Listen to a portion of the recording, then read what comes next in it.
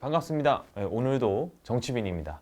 사실 제가 이거를 이렇게 아이템이라든지 방송을 준비하면서 매번 느끼는 거지만 생각보다 이 방송용으로 주제를 고르는 게 어렵습니다. 이 정치 현안이라는 게 매일 뭐가 생기고 그래서 좀 이렇게 아이템을 잡기가 쉽다고 생각하실 수 있는데, 생각을 해보면 또 제가 지난번 방송한 것들 중에 제가 좀 주제를 좀 고르는데 좀 어려움을 느낀 것도 있고, 사실 좀 더 많은 말들을 해드리고 싶고 그런 것들이 있는데, 이게 아무래도 좀 공식적인 걸로 하다 보니 좀 이렇게 말을 좀 제가 죽이는 것도 있거든요. 근데 동시에 그러면서 이렇게 조회수도 생각하면서 그런 레벨을 맞추는 게 생각보다는 어렵다. 하지만 또 재미가 있고요. 회사에 또 도움을 드리는 거고, 그러다 보니까 또 격려를 많이 받습니다. 열심히 하라고 하시니까 제가 또 주제를 또 잘 잡아오려고 하죠. 제가 이 얘기를 드리는 이유는 이번 주제도 그래도 좀 다뤄보고 싶었고 좀 소소한 재미를 드릴 수 있을 것 같아서 선정해 봤습니다.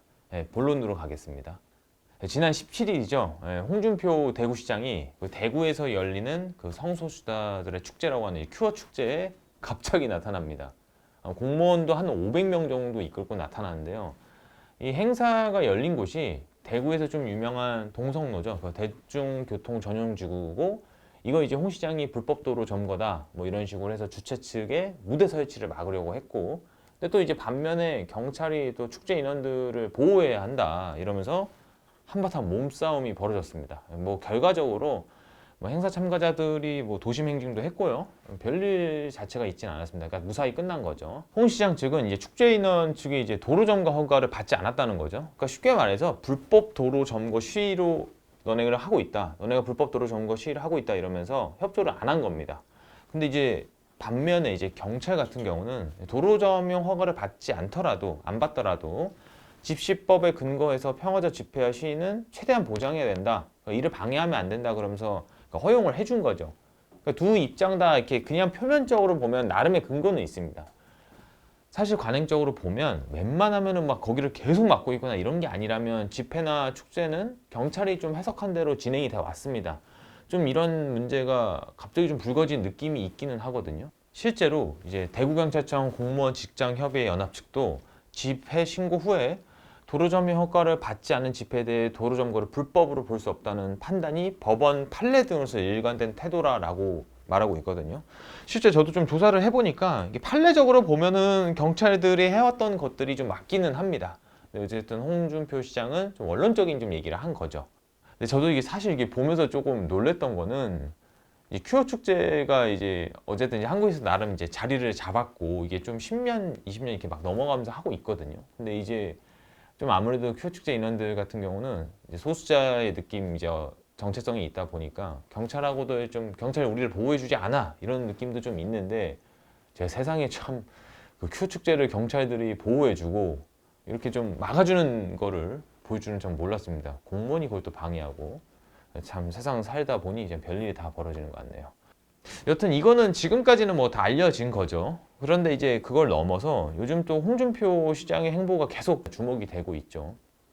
아시는 분도 있는데 최근에 또 이거 말고도 홍준표 시장이 좀 민감할 수 있는 주제를 건드렸습니다. 그게 좀 뭐냐면, 대구의 이제 대연동 쪽에 보면은 이슬람 사원 건축을 둘러싸고 경북대 다니는 이제 무슬림 유학생이죠. 하고 지역 주민 갈등이 엄청 좀 커진 건데, 홍준표 시장은 이슬람을 포용해야 된다 이런 식의 워딩, 이런 식의 접근을 하고 있는 거죠. 사실 보면 이것도 좀 정치인으로서는 쉽지 않아 보이는데, 아시겠지만 이 정치인들이 이 종교 문제는 웬만하면 안 건드려 하거든요. 이제 표 같은 게 좀 명확히 왔다 갔다 하니까. 그래서 좀 두리뭉실하는 것들이 있는데, 이것들 보면서 좀 약간 행보가 되게 좀 직접적이고 좀 분명하게 가고 있는 건 맞습니다. 그래도 좀 제가 곰곰하게 좀 생각을 해보니 뭔가 홍 시장 행보가 좀 이상해 보이는 느낌이 좀 있는 거죠. 제가 좀 알아보니, 그러니까 이런 것들이 사실 보면 진보 진영에서도 홍 시장이 약간 갈지자 행보를 하는 거 아니야? 라는 생각을 하는 겁니다. 제가 이제 좀 느꼈던 약간 좀 이질적인 부분이 그런 거였던 거죠. 사실 보면 이제 큐어 축제라든지 뭐 외국인 문화, 뭐 이슬람 그런 것들이 진보 진영에서는 굉장히 좀 어쨌든 간에 좀 강력하게 밀고 지지하는 문제죠. 그러니까 반면에, 그러니까 그런데 이제 홍 시장이 어쨌든 보수의 정체성을 갖고 있는 홍 시장이 이슬람 사원은 괜찮은데 큐어는 안 된다고 하는 느낌을 보이니까 좀 아리송하다 이 느낌이 있는 거죠. 물론 이제 홍 시장은 큐어 자체를 반대한 건 아니지만 어쨌든 좀 그런 그 뭐랄까 경찰과 이제 몸싸움을 일으키는 그런 모습을 보면서도 좀 약간 이중적인 느낌이 나는 건 사실입니다.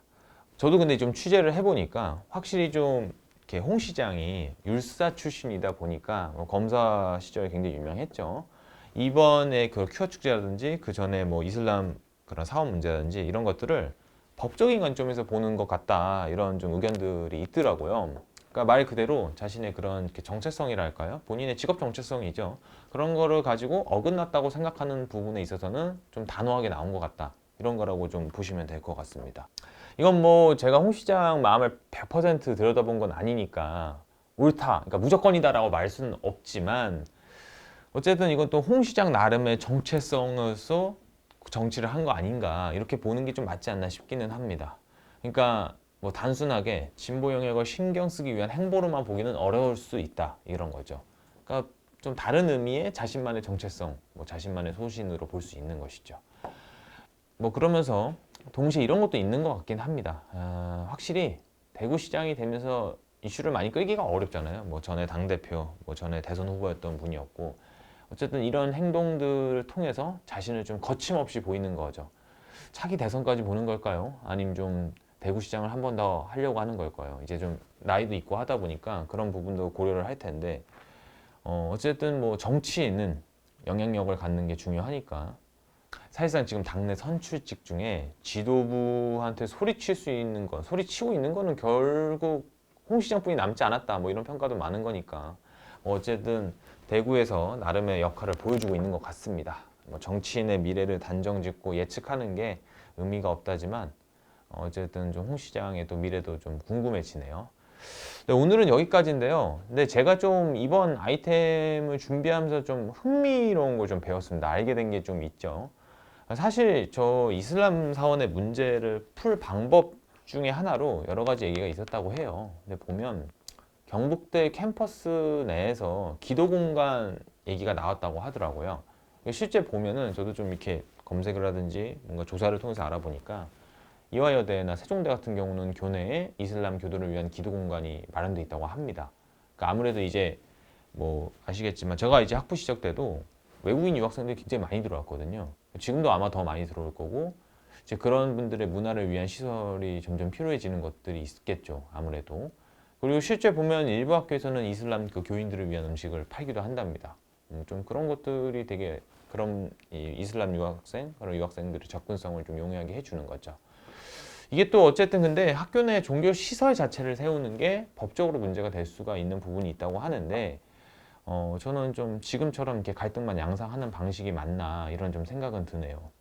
어쨌든 이제 한국도 다문화를 싫든 좋든 받아들일 수밖에 없는 상황인데 또 보면 이렇게 외국인 학생들도 한국으로 유학을 오면 그들한테도 뭔가 이렇게 해방구 같은 거가 있긴 해야 되잖아요.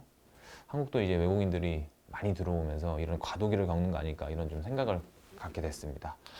네, 오늘 방송 또 짧게 그러면서 좀 굵게 해봤는데요. 더위에 건강 조심하시고요. 다음에 또 뵙겠습니다.